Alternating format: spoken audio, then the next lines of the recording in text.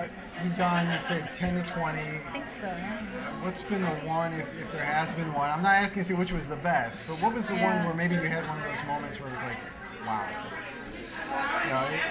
Either the impression you had going in was completely changed one way or the other.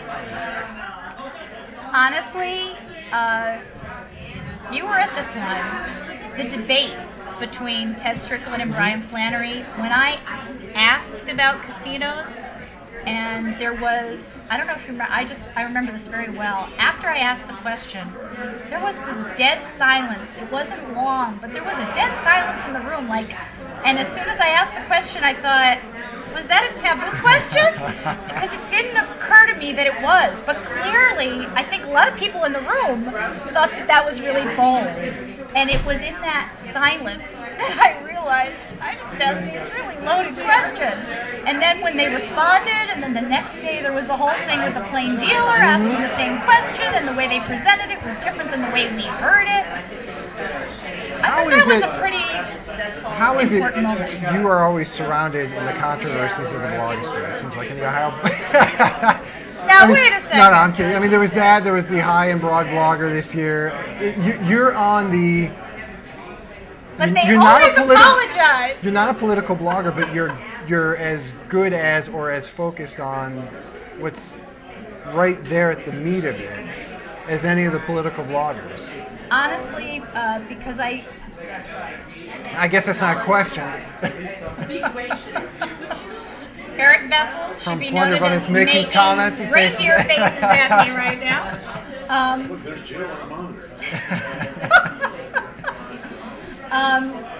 What was the question?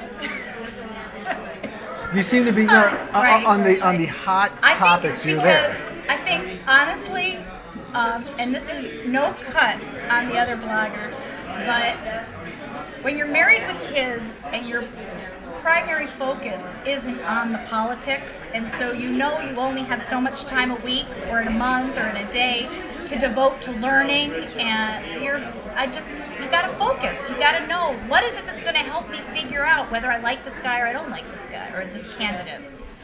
For example, Jennifer Bruner, I mean, she was, a home run, and that was a really easy, I was fascinated by listening to her, but that was that was a no-brainer to like her and find a lot that she brings to the table for that Secretary of State position. So I think for me, it's because it's necessity that I need to be specific. I need to know what is it that I want to get out of this. What do I think is really going to help people? And I think it's also knowing that I really feel more like just the voter on the street. And if I'm thinking of the question, there's probably a lot of other people who want to know the answer to the question. And that those are the kind of questions, I think I tend to ask questions that other people won't ask, either because they think other people are going to ask them first, or they think people aren't going to care. Yeah. And you're the voter, It's like with paying taxes for school, or customer service with AT&T or any other entity.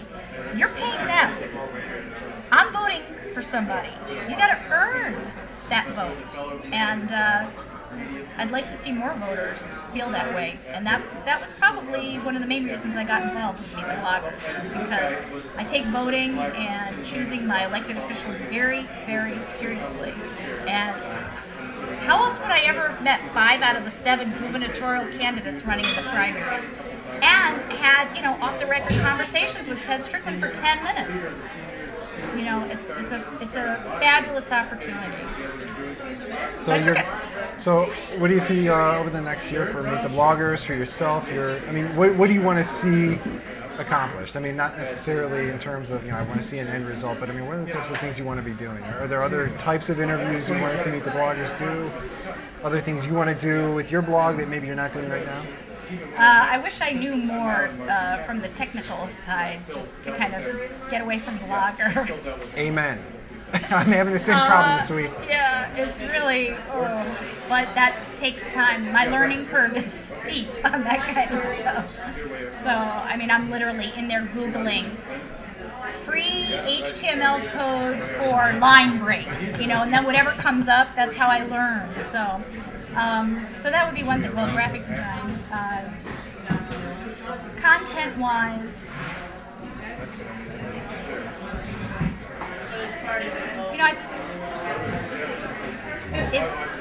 of an organic development. I'm not sure. I'd like to see Meet the Bloggers gain a little more traction for itself outside of those who already know it. But there's so many people involved. Everybody's really quite independent. So I try to be mindful of that. I'm going to try to help look into some grants. So I'll be probably doing some writing for them. I don't know. I get asked to do a lot of different things. A lot of times I say no. So I think I'll be doing a little bit more nationally. I've had some requests to do some guest blogs on different national blogs. So, anything you want to plug? What's that? Anything you want to plug yet? I think on Tuesday they haven't. I haven't gotten the 100% go ahead, but on Tuesday on Unity 08, which is the new this new party, I have a guest blog entry coming up on Tuesday, and there was the Air America State of Belief religion show segment last week, and American Street is every Monday. I guess blog there. So A lot going on. I have a column in a parenting magazine. I just finished up 2 years with Knowledge Works, writing for them about small school reform. So Good stuff.